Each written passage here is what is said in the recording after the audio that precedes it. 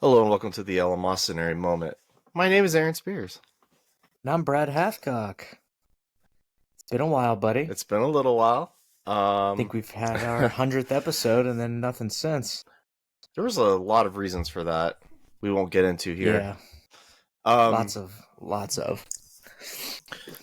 so the But biggest, boy, has a lot happened since then. yeah, the biggest news I think we could probably talk about right now is that the Florida Panthers are back-to-back Stanley Cup champions. That's right. You're wearing your Panthers gear. I got my Panthers gear on. Love to The see it. season is officially over. Um, how was it for you, given it was your second full season of watching and Um, third playoffs?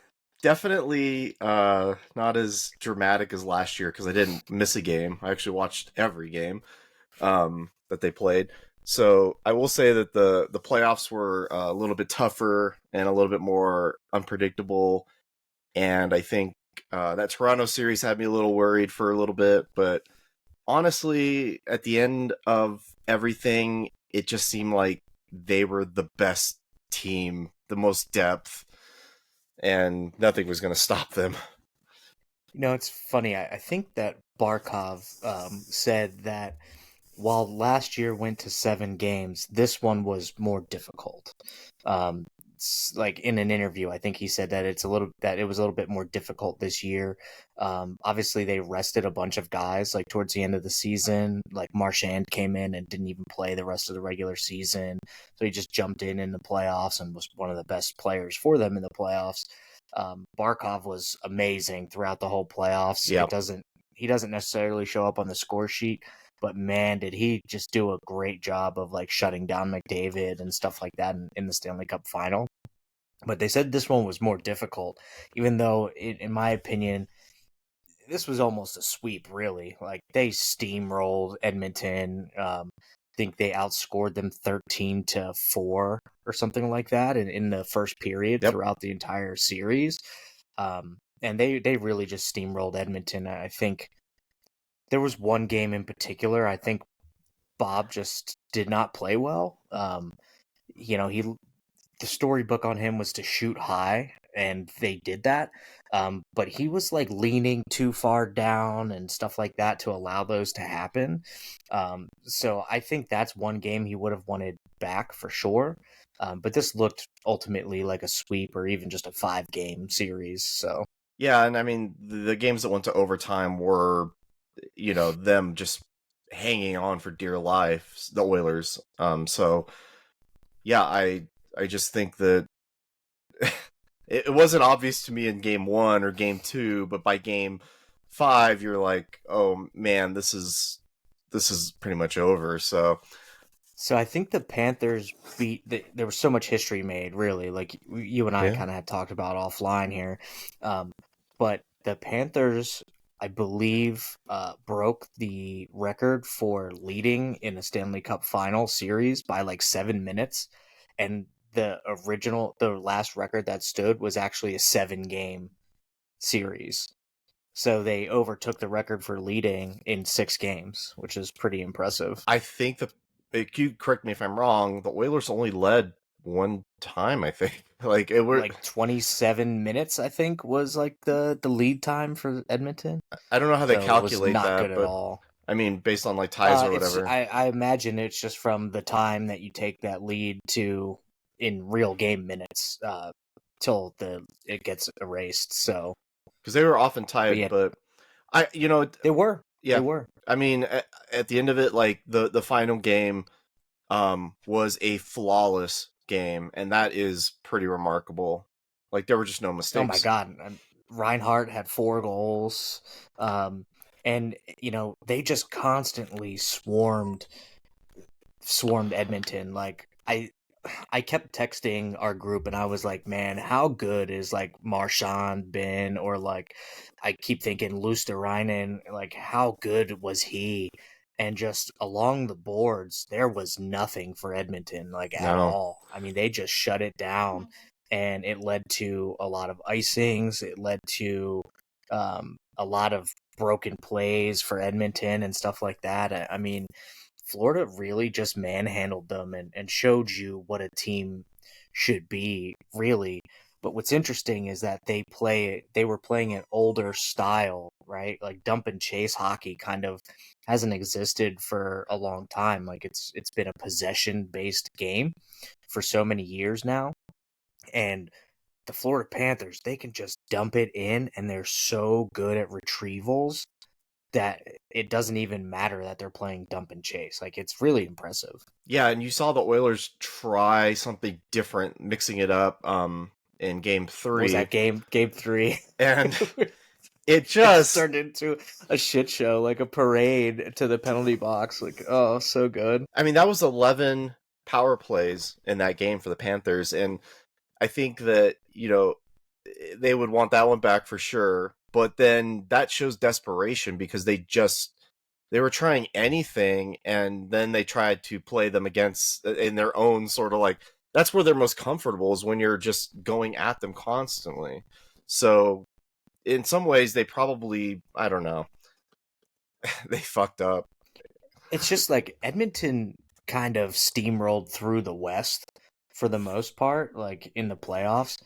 And it's like, how could they be this bad, right? But it's really that the Panthers were just making them look that bad. Like Mm-hmm. Bouchard had a Bouchard had the horrible, worst of horrible all of them. Stanley Cup.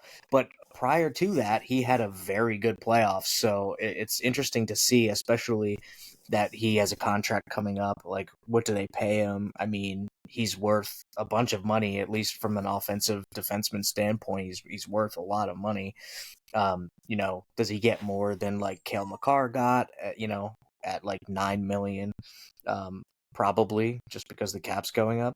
But then what else can Edmonton do? I mean, if not this year, they're fully screwed after next season because of all the free agents that they have.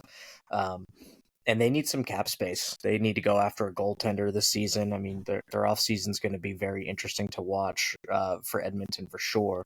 But it's like you still have to get better than Florida. And that's where their offseason this season is going to be really interesting, with Bennett leaving, who now has a Conn Smythe trophy to his name. So he's going to get probably $10 million a year, most likely, unless he takes a discount to play for the Panthers. I He mean, might. how can you pay him more than you pay like Barkov? I don't know the ins and outs of off-season negotiations, but I don't know why you go to another team for more money, but I don't. Are you done with Dude, success?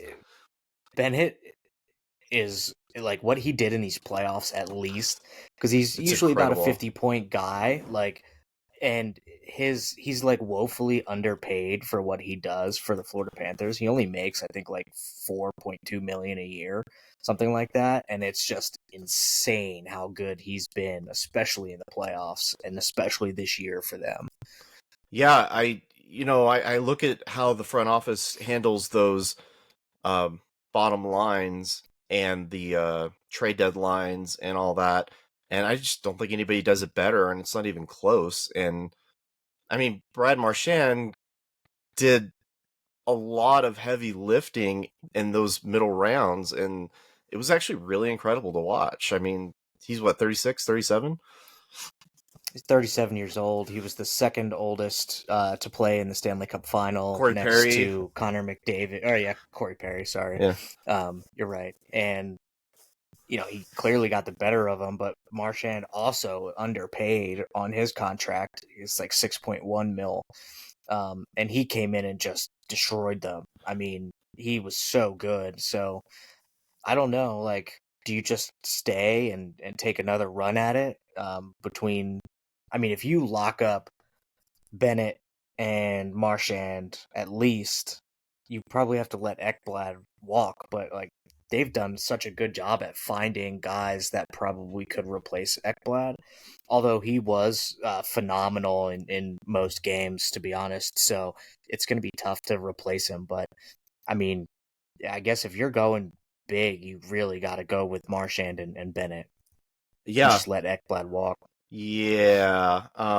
Yeah, Ekblad was another one who got a lot of rest from his suspension, and he came into the playoffs really fresh, and Kachuk came in really Yeah. fresh. Well, he was hurt, but nobody really knew to what extent. It didn't seem to matter. He played amazing, but all those But guys, I mean, you man, have Barkov, you have Reinhardt like locked up, you have Seth Jones for I think another like year or two, which will be helpful. He who was really surprised me? good. Yeah, I mean, considering how bad he had been in Chicago, but they're not a good team. Like he came in and kind of changed his style of play and stuff to meet the Panthers, and he did really well, especially in the Stanley Cup final. He was really good. yeah. I think I could only pick a couple of times out throughout the playoffs where he made a mistake, but for the most part, he was also just perfect. And then Mikkola and Nate Schmidt, you go down the line, and it's just like these guys they just did it again, and it doesn't seem easy until you look back on it, but it doesn't seem like anybody was going to stop them. Right. Maybe Well, it was Toronto. interesting. No, I mean, no, no one was going to stop No, them. No one. I mean, they manhandled almost everybody. Like, look at what they did to Carolina, who is one of the better teams, especially defensively, in the league, and they just steamrolled Carolina. I mean, it's hard. Like, it's hard to see who really would have beaten Florida this year. And it's odd to come back just as strong, if not stronger, from one year to the next, and they stronger. managed to do it. I mean, McDavid was really, really good last year, and this year he was non-existent. Draisaitl was in there, Pretty but much, yeah, pretty much. Dude, they shut them down yeah, very, very well, and then obviously there'll be injuries or whatever that come out, but the way that they just steamrolled the Oilers is hilarious and, and unbelievable, because it didn't seem like that last year. no, it wasn't like that last year. They were up 3 games, and then they just they scraped it by. At the end of that seventh game, they were literally holding the puck against the wall with seconds to go. Like it wasn't like a guaranteed thing at the end. I love how there was like 20 seconds left in Game 6, and everybody just started leaving the bench. They're like, just forget it. Yeah. Like, we don't even need to play this out. Just forget it. Well, yeah, you had the empty netter, and it's 4 goals. Two empty netters. 2 empty netters. Imagine being a Stanley Cup final game and you have to pull your goalie with 7 minutes left That's in an elimination crazy. game. And It's bad. and Mike Skinner he just fucking sucks. I don't know. Stuart Skinner. Stuart Yeah. Skinner, sorry. Mike Skinner, the other guy on the team, right? They have Jeff. 2 Skinners. Jeff? Okay, there's Yeah. a lot of Skinners. Yeah, so that was kind of the end of sports for the foreseeable future. Yeah, well, I guess it depends, like how you look at it. So there's the draft coming up on June 27th and 28th. Real excited for me because the Flyers have 7 picks in the first 48 total picks. That's pretty good.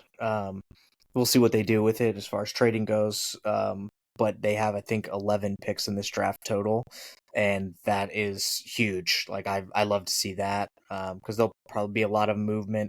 Chicago's talking about trading their 3rd overall pick. Utah's talking about trading their 4th overall pick. Even the Sharks are willing to trade the 2nd overall pick for the right package. So it'll be interesting to see what actually happens. And then right after that, free agency starts July 1st. So, which is going to be the thing to watch. I'd be remiss if we moved on without at least mentioning that Bobrovsky did not have any Bobrovsky moments, really. And he was great. Just great. it's funny because he looked a little shaky at the beginning of Game 6. Like he was really kind of like fighting off the puck and stuff. But like I said, other than that one game where he let in what I would say is probably, I would say 3 bad goals. 2 of them, he just got a little too low. He always does, and then yeah. one he completely missed with his glove, which he should have had. Like it was definitely one he should have had. But other than that, no, he looked pretty good. I mean, he's getting up there in age, but good for him. Yeah, and those poke checks, I mean, that's just a momentum killer, and he does it a lot, and it's risky, because but they're trying that cross crease pass, and he's just getting his stick out there, and he's like, I'm not having that. and it was very effective. You don't see that a lot, really, no, poke checking, especially even from him. I don't feel like you used to see that a lot, but it was they even called it out in the broadcast about how much he was poke checking and how good he was doing it. So full props to Florida again. It's crazy. Yeah, I mean, That's three straight. it's a very decisive back to back and three straight. I There's questions about whether to call them like a modern day dynasty, right? Because you have like the Tampa Bay Lightning who won back to back and then they won earlier, so they won three in the span of like 10 years. And I would say if you win three in the span of 10 years, it's probably a dynasty. So like it would be Tampa, Chicago, and Pittsburgh are probably the three modern day dynasties because they've all been able to do that. Um, Winning back to backs and three in 10 years. Yeah, I don't like that You know, word for this team right now, but it's tough because you would think back in the day it was like dynasty, like the Oilers won four straight, right? And then actually the next 4 years it was the Islanders. But there was a lot less teams and stuff back then. Like, during the 80s and stuff, there wasn't as many teams as there are now. And it was just a little bit easier to win a cup, I guess. Certain teams had money, other teams didn't have money, so just there was a lot of factors there. But I would say in the modern NHL, a dynasty is, I mean, 3 in 10 years is like more than anyone could hope for. I mean, I'm actually a Flyers fan. I haven't seen one in my entire life, and I'm 37. So and you may not. I don't know. yeah, not not the way it's going. I mean, I'm the Flyers' biggest hater, but also their biggest fan, right? Having grown up in the Philadelphia area, but I've also witnessed, this is the difference between, my love of hockey for the last almost 30 years, probably, versus like you being, new into it, right? Like I've dealt with the pain and the heartache of 30 years of sucking and like almost witnessing a Stanley Cup in 2010 with the Flyers just for them to turn around and start sucking again. So, I get the heartache, and this is where I feel like you don't deserve as a Panthers fan to see these two Stanley Cups because you haven't dealt with the heartache and the pain that everyone else has. Like, imagine being a Maple Leafs fan. Yeah, imagine being a Maple Leafs fan, Brad. Like it's just, they suck. Yeah, I can't add to that. You're right, but fuck it. I'm happy as fuck. Oh no, you should be. You should be because you are a fan, and for anyone out there listening who isn't aware, like I just turned Aaron on to hockey 2.5 years ago or so, um, and I think that what the first game ever that you watched was Panthers Hurricanes 5 overtime game. I think. Yeah, yeah, and it was I. Yeah, I just couldn't believe what I had seen. I don't have to talk about it again. We don't have to reminisce. If you're gonna have an entry into something like this, that's probably the best way to do it. It was a remarkable game. Um, anything else going on? No, that is it. There Okay, is literally nothing else in the world going on right now. let me briefly say that since we last recorded, I didn't have this on my bingo card, but Israel showed Iran to be like an absolute paper tiger. They invaded, I think, 5 days ago. Complete air superiority. They took out all of the ballistic missile launchers that I think they knew about. They took Natanz out. That's where the centrifuges were. Apparently, centrifuges don't work without electricity, but they wind down slowly. And because they're centrifuges, if they're not spinning correctly, they fall off their axis or whatever, and then they just kind of break. So I think Natanz had 1,500 centrifuges or whatever, and those are all busted now. They attacked pretty much everything but Fordow, which is going to be the name of our episode because Fordow is foreclosed, and there's real questions about whether America is going to get involved because Fordow is 300 feet under a mountain. And I read today that the B-2 bunker buster bombs probably aren't capable of penetrating it. The DoD says that it's probably a tactical nuke that would do it, and or Israel going on the ground in some sort of crazy Entebbe operation to blow it up. But other than that, Khamenei's got nothing left. The Iranian people are just kind of sitting back and watching, and all the scientists are dead, and all the military leadership is dead. So with that, set the table, go for it.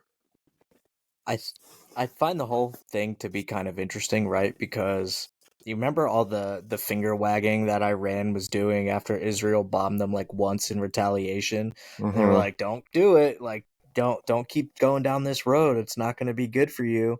And that was quite literally all finger wagging. Like there is no repercussions. It seems. I know Iran was able to launch something around like 200 missiles or something like that back at Israel, and I believe most of them were intercepted.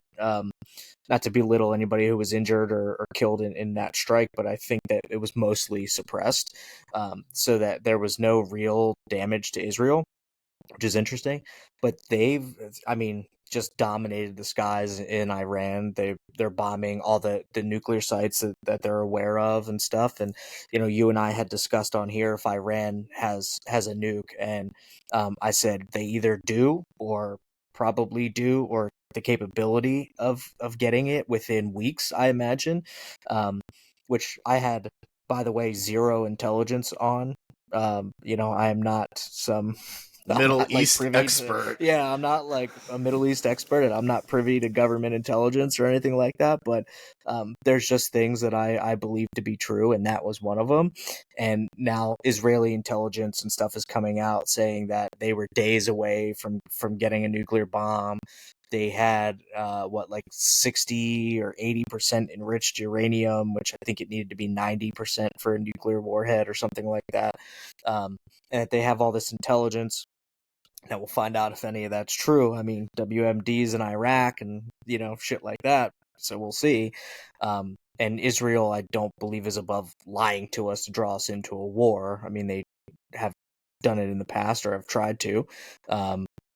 But I believe in what they're doing with Iran. To be honest with you, I think you run the risk a little bit of issues with China and Russia in that regard. Russia is bogged down right now in Ukraine. Like, that's obviously not going super well for them. But they issued a warning to the United States to not get involved. It won't be good for the United States. But they've also done a bunch of finger wagging to us about Ukraine, and that really hasn't amounted to much of anything. China, on the other hand, is the big problem in this regard. They've been smuggling drone parts and stuff like that into Iran under the guise of other things to avoid sanctions and stuff. So they are very clearly backing Iran in this, which makes sense with the whole BRICS nations and everything else.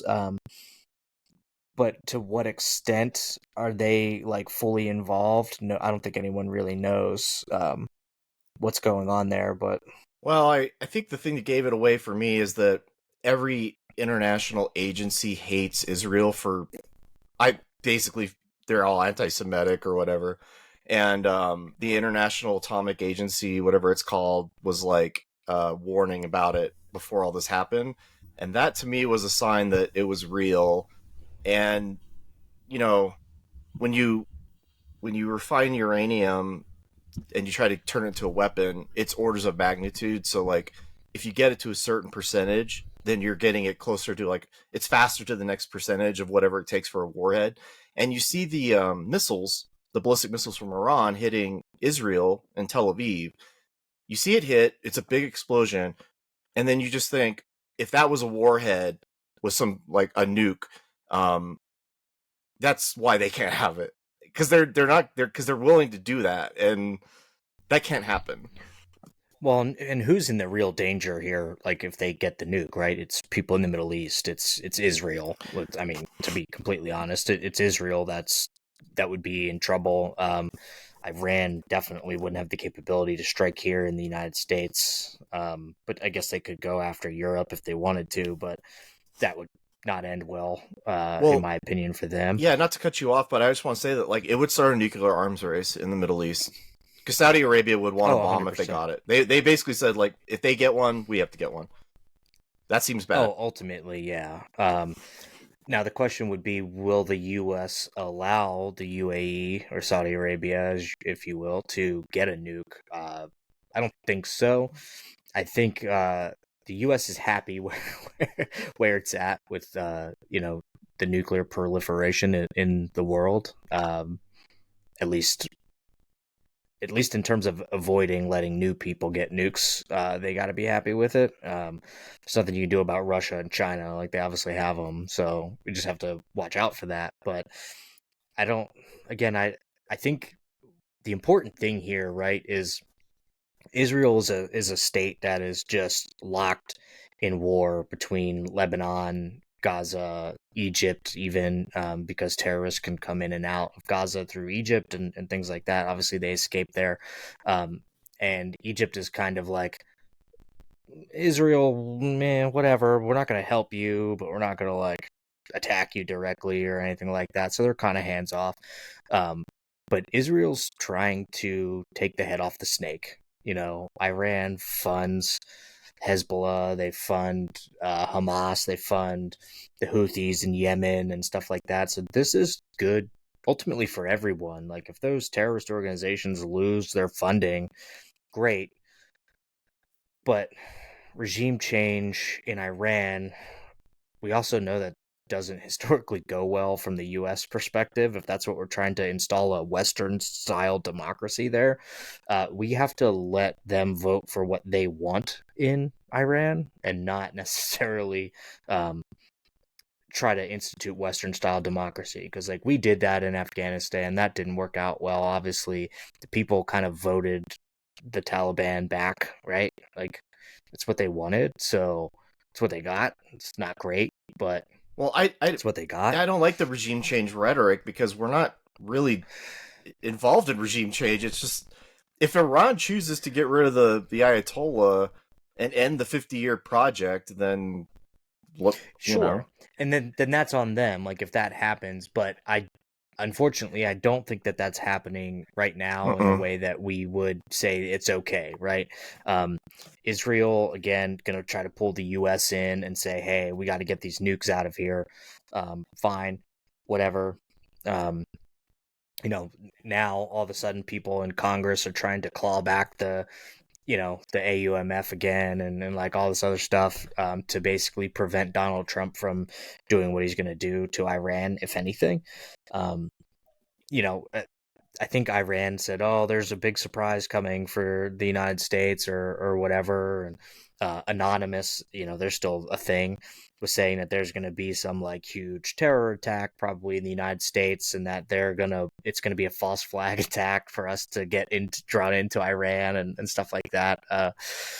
There's conspiracies flying around about it, but this is a consequential part of our lifetime. I mean, Iran has been one of the axis of evil, right? For, I mean, how long? And like you said, they're kind of a paper tiger, and we're seeing that now, that they don't really have the capabilities. I can't imagine that if you put boots on the ground in Iran, or if Israel does, that they'll be very capable of stopping much of anything, Brad, they if built a that's drone possible. factory in Iran. I know, like, and let's not forget about this. Like, the things that Israel has done puts like the CIA to shame, like absolutely to shame. Going back to the fucking explosive beepers that they did against, was that Hezbollah? Yeah. Uh, like, all kinds of like secret black ops type shit that they've been doing. It definitely puts the CIA to shame, It which it's very interesting to see. yeah, it tells me that Israel probably had they would not have done this without Americans saying yes. We had to okay it because they use our aircraft, and as part of that agreement we get to say what they use them for. But also, I don't think Israel would have done this if they didn't have an end game for Fordow. So, they planned this out for 2 years. They knew where everybody lived and the beds they were sleeping in that night. They knew all these facilities. Today they just hit a water something for nukes. I don't know how that works, but Dude, they spent 8 months getting all those drones and shit into yeah, Iran, like smuggling them in. They flipped IRGC general. yeah, that's pretty Like, wild. I mean, just what they're doing is unprecedented in terms of black ops type CIA, kind of shit. Like, you got to hand it to them. I mean, their intelligence is great, but then come back to like October 7, right? Like, if their intelligence is so good and they're doing all this other stuff, why did that have to happen? Like, why did that happen? And we had seen reports I'd shared here that apparently they allegedly knew that October 7 was going to happen, and they kind of just let it happen. And if you look at the string of events, it kind of leads up to what's going on right now in Iran, right? As Like, a casus again, the belli, funding. Yeah, like it's the funding of all these terrorist states that are directly attacking Israel and everything else. Of course, they're going to defend themselves. So you kind of just like let this happen so that you can take charge on the other things and have justification for yourself for going and doing these things. well, there will So be a commission on October 7th at some point in the future, and I think you might be overthinking the letting it happen part. I think they knew and they just didn't take it seriously. But yeah, you're right. It did cause all these dominoes to fall, and I bet you that if they went back in time, they would say like, "Don't do October 7th," because it changed the entire world permanently, including Iran, which has, by the way, I know people say like, "Oh, America shouldn't get involved because they're not like a direct threat." Or whatever. Iran has been killing Americans and injuring Americans for years, even recently.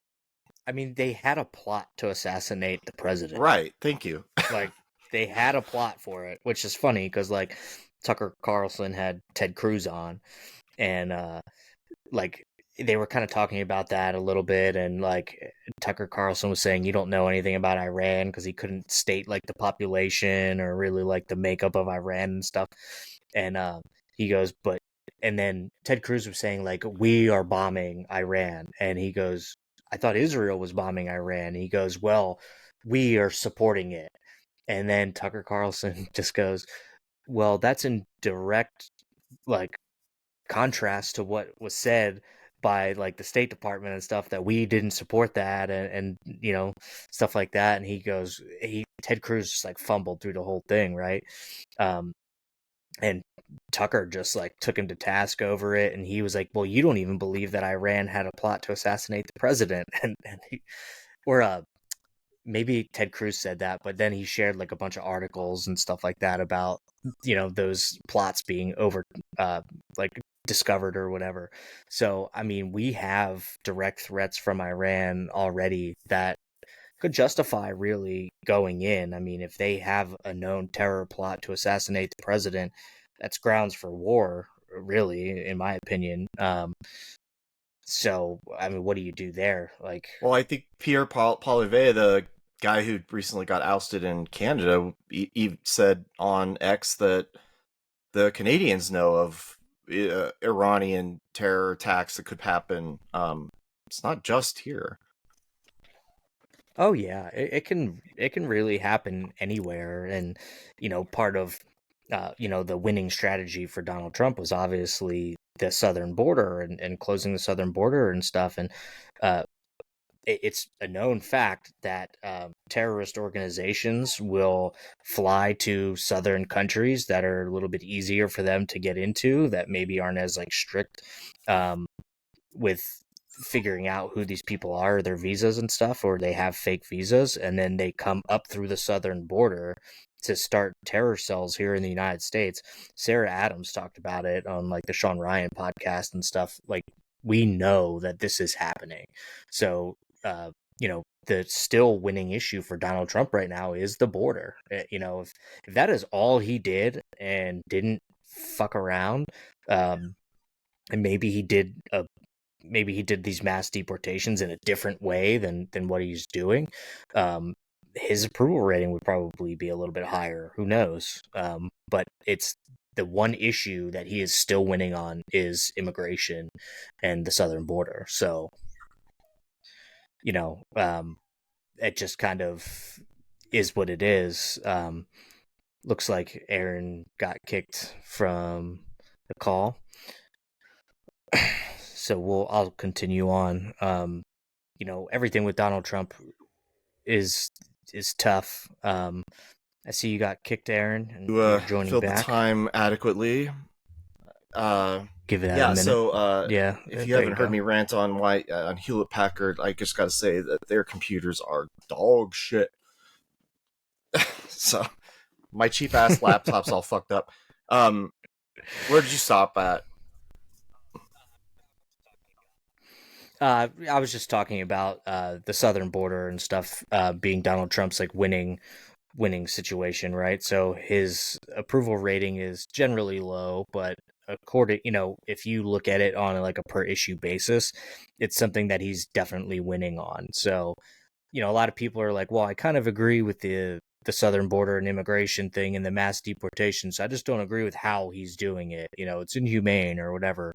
But then you have all these Democrats backing these immigrants that are They're defending shitty rapists, people. murderers, I mean, pedophiles. like, Yeah, right. They all had to backtrack on the he was Abrego a human Garcia trafficker. thing. Like, I mean, hardcore. And they Yeah, literally they did bring him back, by the way. So Donald Trump did follow the order from the judge that he had to bring him back. He did, and then they went and subsequently charged him with human trafficking. 9 different worth. counts of human Yeah, trafficking. they're. Yeah, it's So almost not even worth discussing what the Democrats are doing right now because it's so ineffective. And they had this big protest over the weekend, and people were saying it's like the biggest protest in all 50 states of all time. And I'm like, so what? I, what was the purpose of it? I think it was an estimated like 10 million people total, 10 or 11 million across the entire 50 United States that went to these No Kings They were all protests. old people. Um, I don't know if you saw the pictures, but and they were all old people. You saw the pictures from Los Angeles, and they're, I despise blocking traffic. People will say the right. ends justify the means. I refuse that. Oh, you don't want to block traffic, but there's impending fascism, and I have to be like, I don't know, maybe you should look up that word. We've been doing this now for a long time. And so, yeah, I just see a bunch of old liberals at these things, and their signs all say, uh, you can't deport people, or they might say like free Palestine, or they might say don't touch Medicare. I mean, these are the omni causes, right? Like these protests just they conglomerate all these different things into one giant blah, and I does nothing for me. Well, right. And well, that's the misnomer about the big beautiful bill, which is still not passed, right? They're still kind of trying to go through this whole situation. Is Elizabeth Warren, Bernie Sanders, people like that will tell you that they're kicking 10 million people, whatever, off of Medicare. That's not true. Like, they're creating work requirements for Medicare, which there's actually, I believe, work requirements um, for unemployment. Like, you have to at least be attempting to get a job and stuff like that for unemployment. And it's the same way, like, at least the way the bill is written now, to continue to have Medicare, you have to be working or volunteering like That that's 20 how they hours play a the week, games. Like maybe. So, the like media 80 will, hours a month.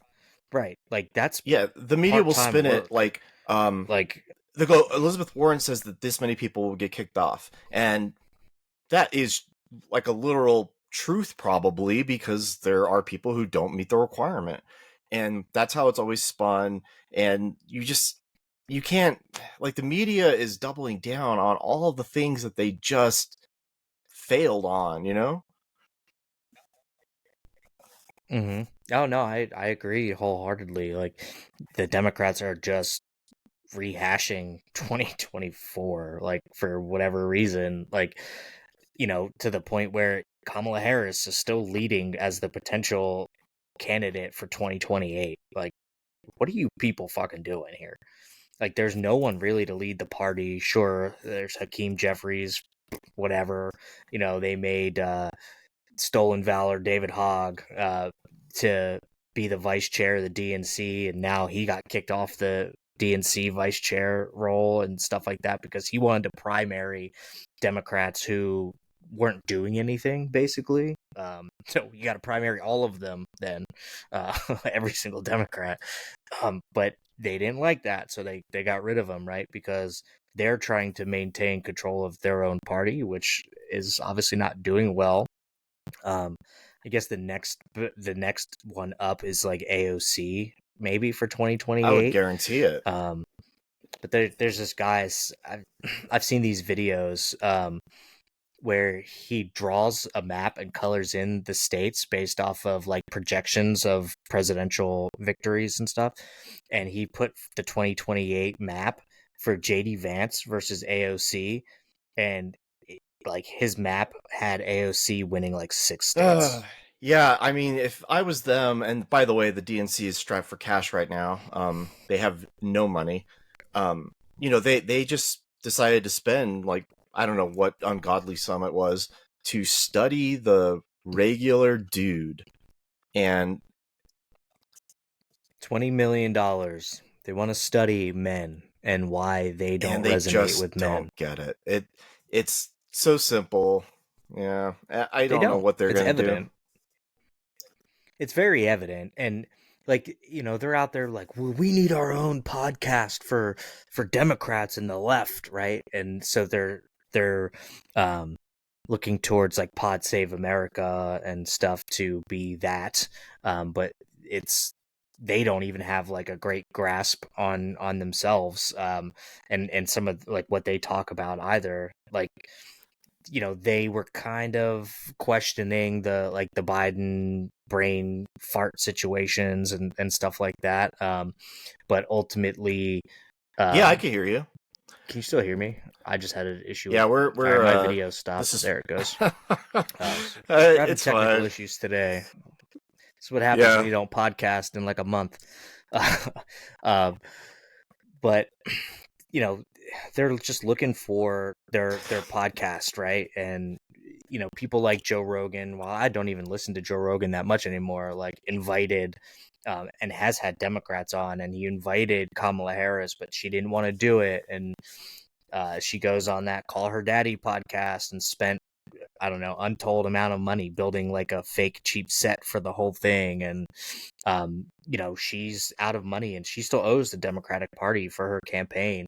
And she's out there like sending texts out like, this is Kamala Harris, like, if you gave me your vote, I need your money, like, so that she can pay off her debts. It's like that guy from like Michigan or whatever trying to put in articles of impeachment against Donald Trump. He owed like $800,000 to the Democrats, and he needed something to get that going. And everyone's like, "Oh, he's resisting." No, he's not. He's throwing together fake articles of impeachment that he knows will go nowhere, not even close, to the point where even some of the mainstream Democrats called that out and was like, this is bullshit and a total waste of our time, because they have to look into it when Sure. somebody brings up articles, right? Like, they can't just ignore it.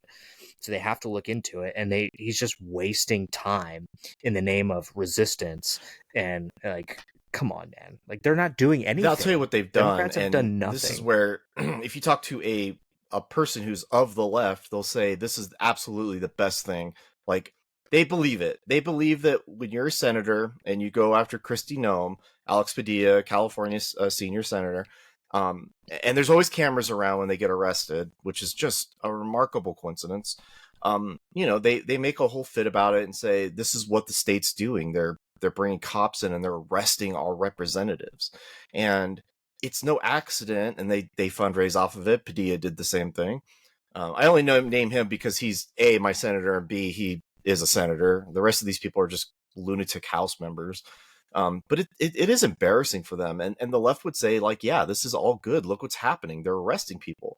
Nobody's cynical enough to realize what's happening. Yeah, but you know what? Donald Trump's doing the same thing with like why he's being so harsh about deportations and stuff like that is optics. He wants it to optically look like you That's a need good to point. not come here, and it's working. I mean, it's working. Um, in that regard, is it working for Democrats in the other way, saying like, look at the authoritarianism, which hasn't really happened. Like, he's been abiding by these rulings and stuff that have come down from even activist judges on the left, for these like what district federal courts or whatever, more localized federal, regional, whatever you want to call them, issuing bench. I don't Injunctions, even know what they maybe. call them, like bench injunctions or whatever onto the White House, and he is abiding by them. But obviously, these things take time to implement, and he's appealing everything. So it's kind of interesting how everything's playing out because they're crying, "Oh, no kings, right? No kings," but here. These were the same people who wanted you to be arrested for not wearing a mask. They wanted you to take away your social media if you're spreading disinformation and all this other stuff, and like you're calling for no kings. Like, Very short people don't know memories what you're on talking all of about that. at Vaccine all. mandates, student loan forgiveness. These are things that I think a king would do. It didn't work, but Oh yeah.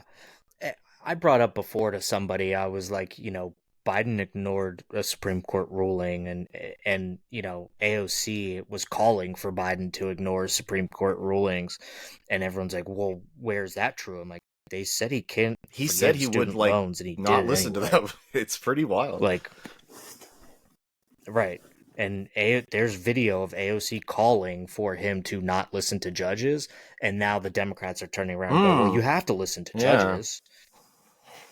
No, apparently you only have to listen to them when it fucking, or not listen to them when it suits your needs, right?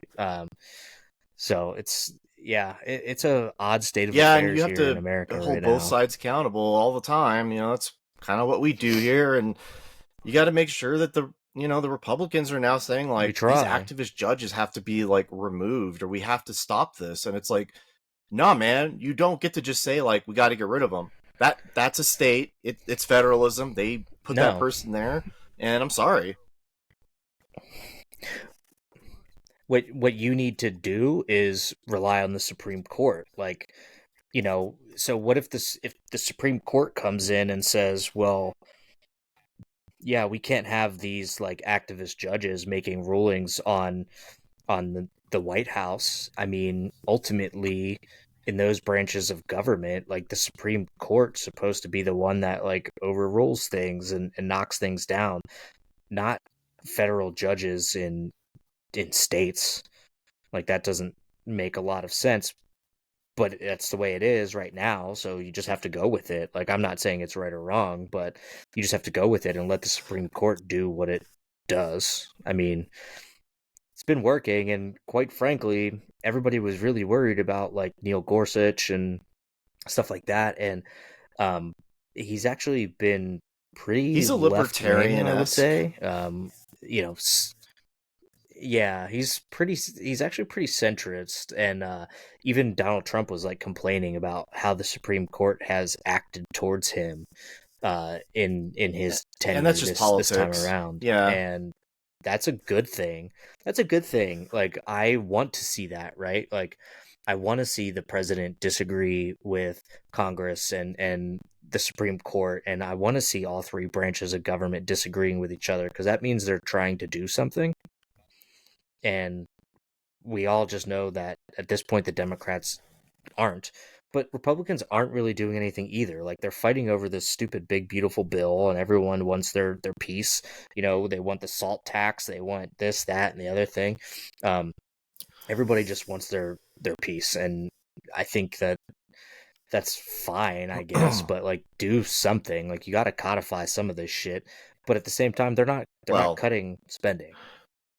They're blowing up the deficit even that's been the more. big lie the whole time. Like, it's We just spent 4 months where we watched the richest man in the world defenestrate himself and all of his companies to cut a few things, and that's about it. And I think that they should own that.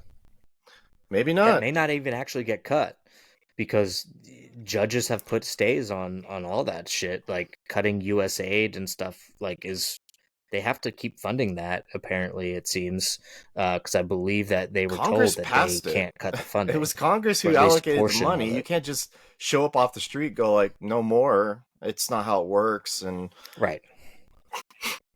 Right. So that's what I believe. I believe it was the Supreme Court that said that they have to continue funding that because the money was already yeah, appropriated. Um, so maybe it can get I cut mean, somewhere, yeah, down the on X, line, but they somebody won't made cut the it. post about how like he sped run through the entire like political system where it's like, oh, we have to do this. Oh, I can't do this because Congress and you're as representatives and you don't understand how any of it works. And then by the end, you're fully disillusioned by the whole thing and you leave town with a black eye. And that's basically what happened. Yeah, And and your that's company's failed. all on him. I really don't care about his companies. I think I care about SpaceX, but only because I care about humanity and progress. But if Tesla suffers or goes under and he gets removed as a CEO because he has a fiduciary responsibility to the shareholders to make sure that doesn't happen, well then yeah, his actions matter, and he should actually be removed as the CEO of that company. I think, um, although I don't know if they would do that, but Well, remember how hard their stock started to tank once he got caught smoking yeah, a blunt or it's happened whatever multiple on Joe times. Rogan's podcast?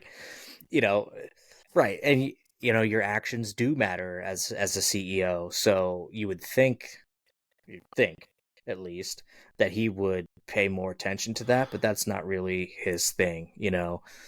Everyone's saying that his time in the White House was like ketamine fueled and like all the shit, and now he's posting drug test results on X and stuff saying like I was never on drugs, like that's all defamation and or libel That's going to or help your whatever. And car company do you better. know By the way, it it's was a choice, but he did permanent damage to that brand. And I really don't give a fuck because it's a free market. You don't have to buy that car. But it is interesting culturally to watch how he fucked that company up. Well, he's got Rivian. Or he doesn't, but you have Rivian out there. You have Lucid, You have I think, is Toyota, another Porsche. one. Oh, Obviously, yeah, Toyota, Ford, like everybody's releasing electric cars and stuff now. Um, Actually, I think Toyota spent more they money did. on their non-electric brands recently, and they're kind of backtracking that a little bit, but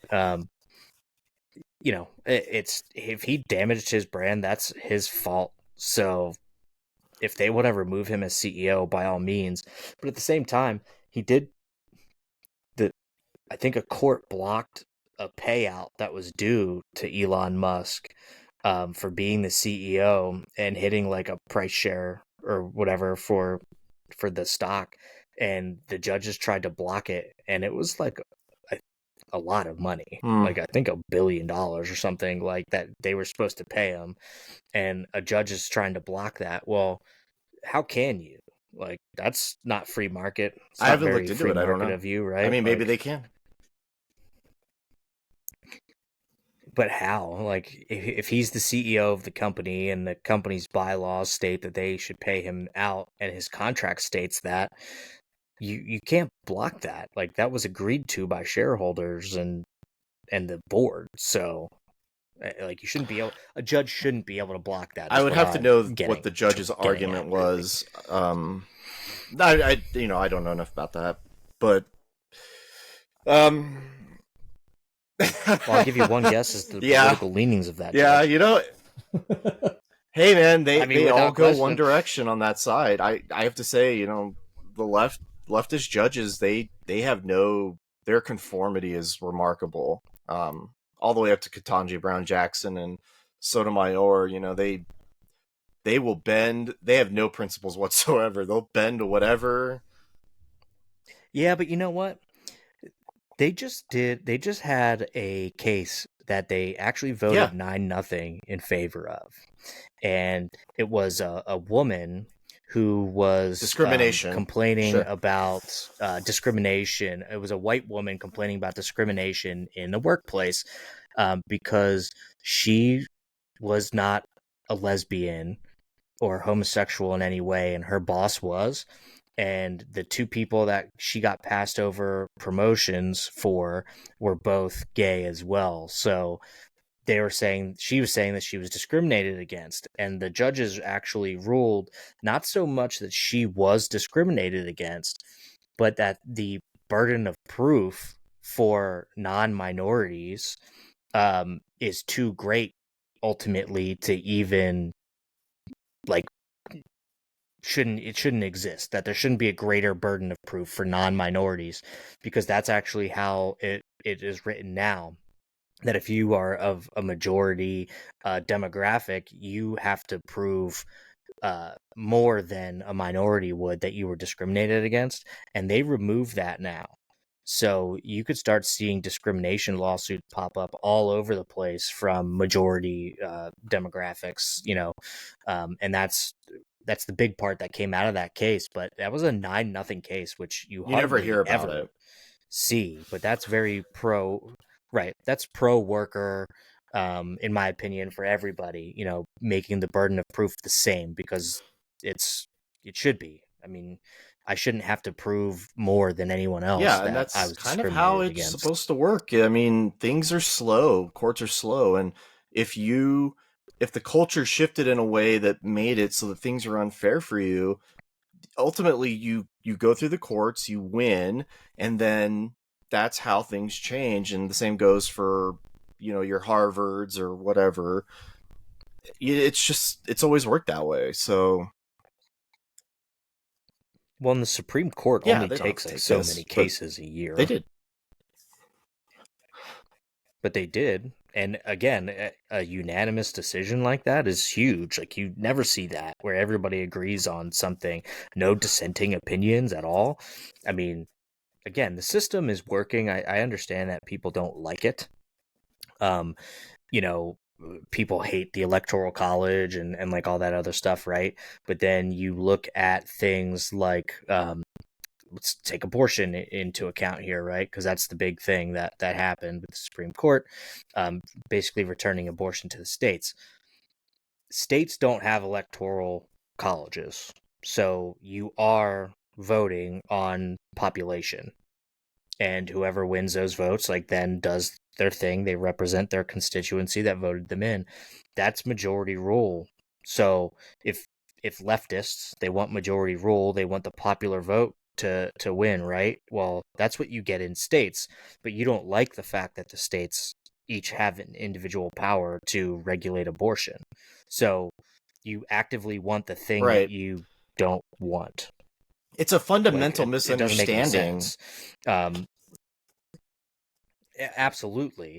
um and that, we're in a very unique position, being the United States, because we aren't Europe, okay, where like Germany is so small compared to other countries, compared to the US.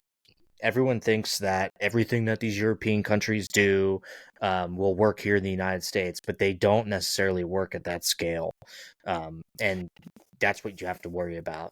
And people don't, so they misunderstand their own core tenets of themselves.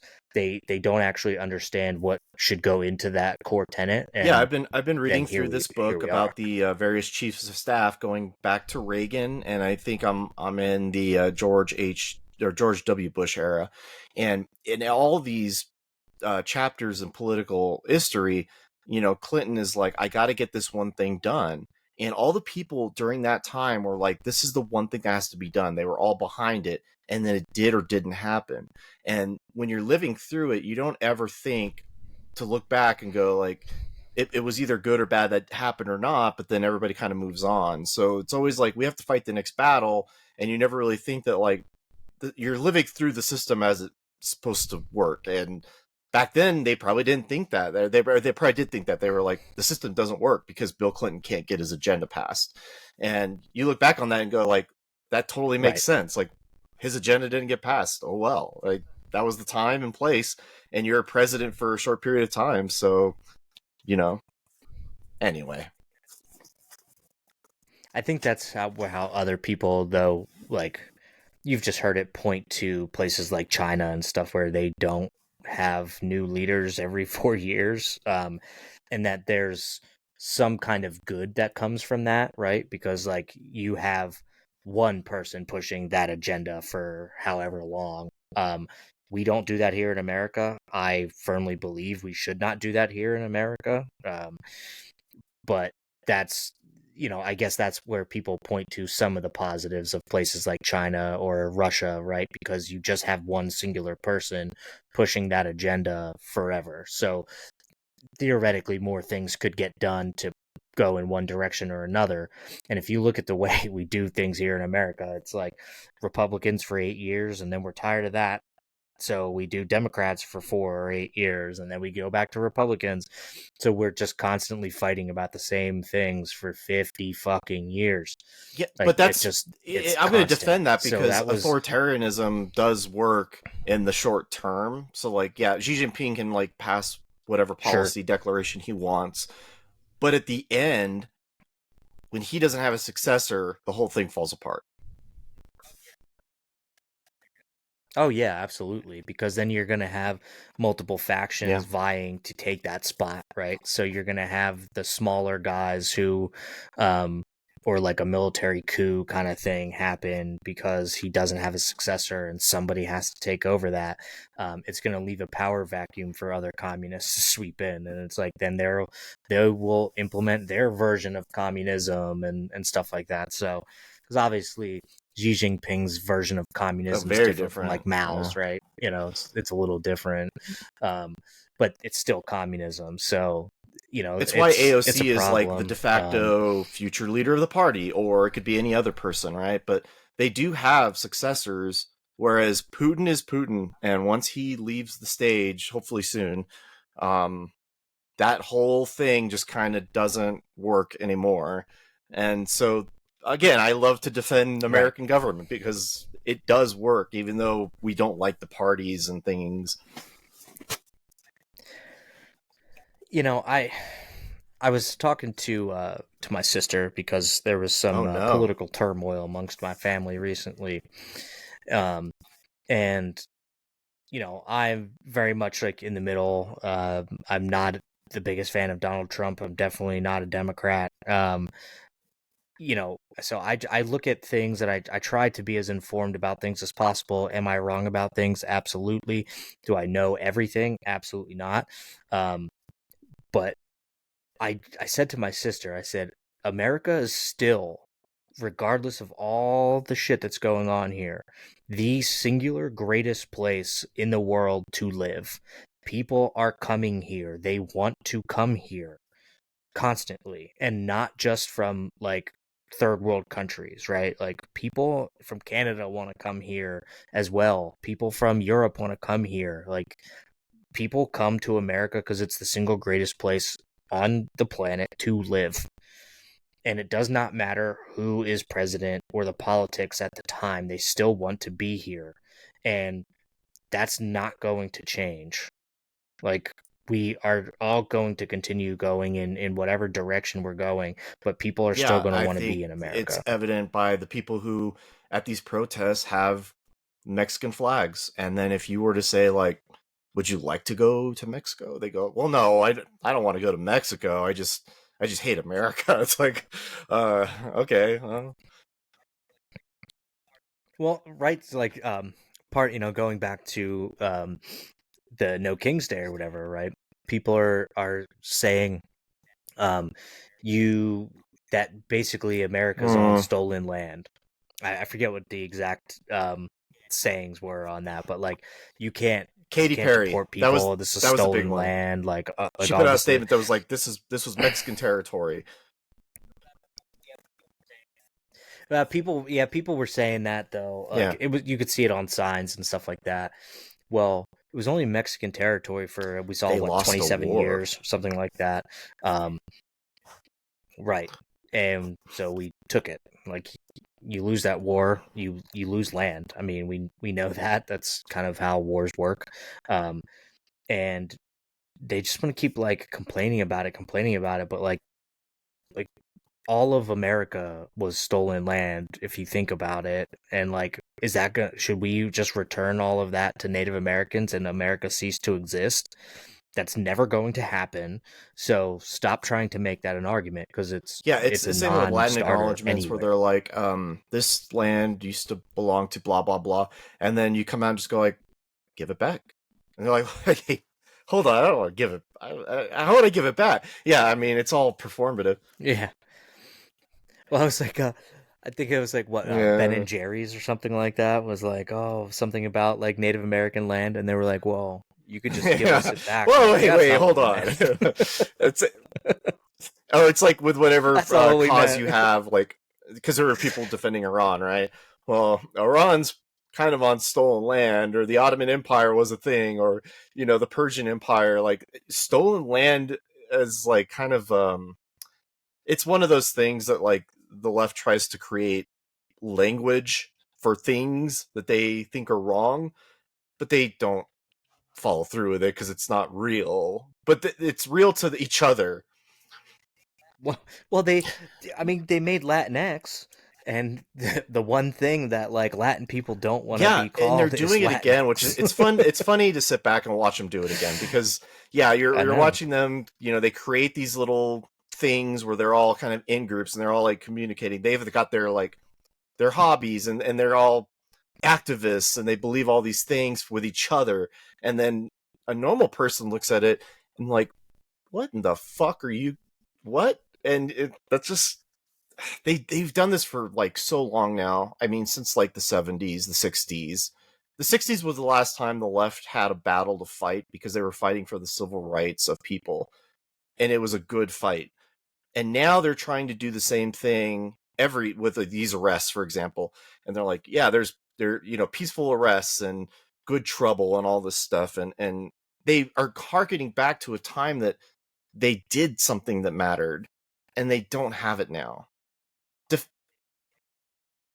That they make up Yeah. words and then the context switching as well. Like AOC has like a new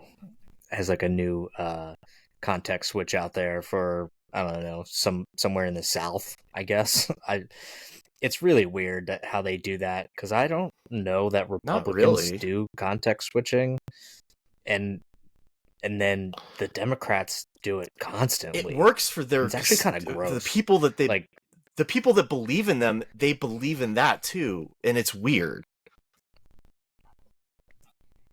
I find it to be Yeah. mildly offensive, really.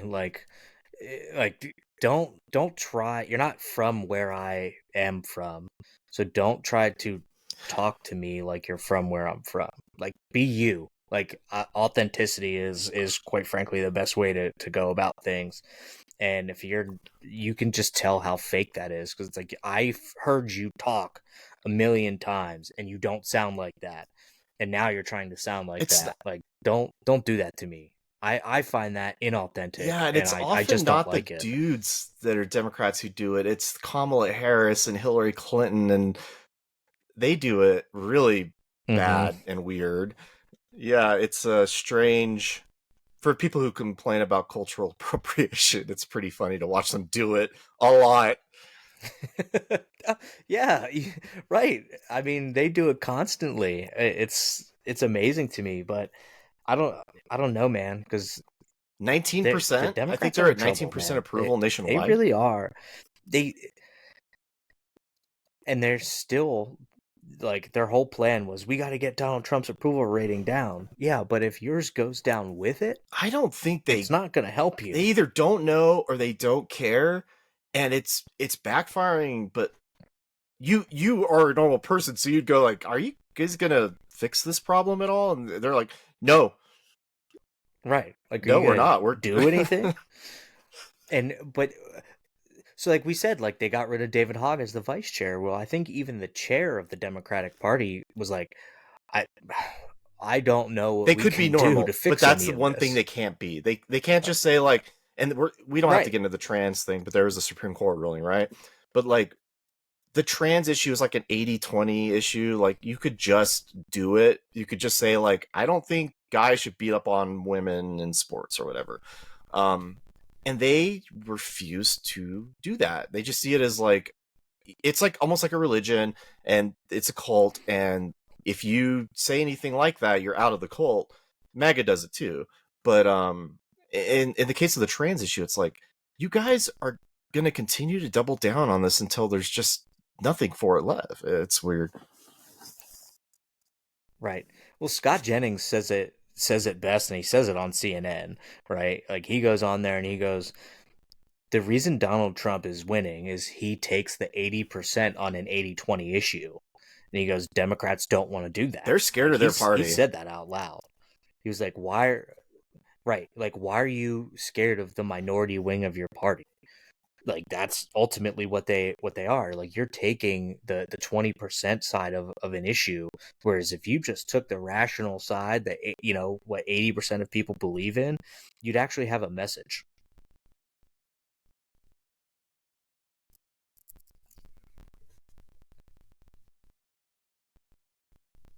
Uh-oh, we might have lost Aaron again. Frozen, no audio. Oh yeah, he's done. Well, we've had some issues here at the El Masaneri moment for this podcast, so I think we're probably going to call it because he's frozen, no audio, not much coming back. So check us out. We're going to keep doing the podcast thing. We're going to keep going, and hopefully more frequently. It's been tough for us to get together and do these podcasts, but we're going to keep them going. So check us out. Follow us on TikTok. We have a Facebook, but that's for like the boomers, stuff like that. So just check us out, and we'll see you in the next one.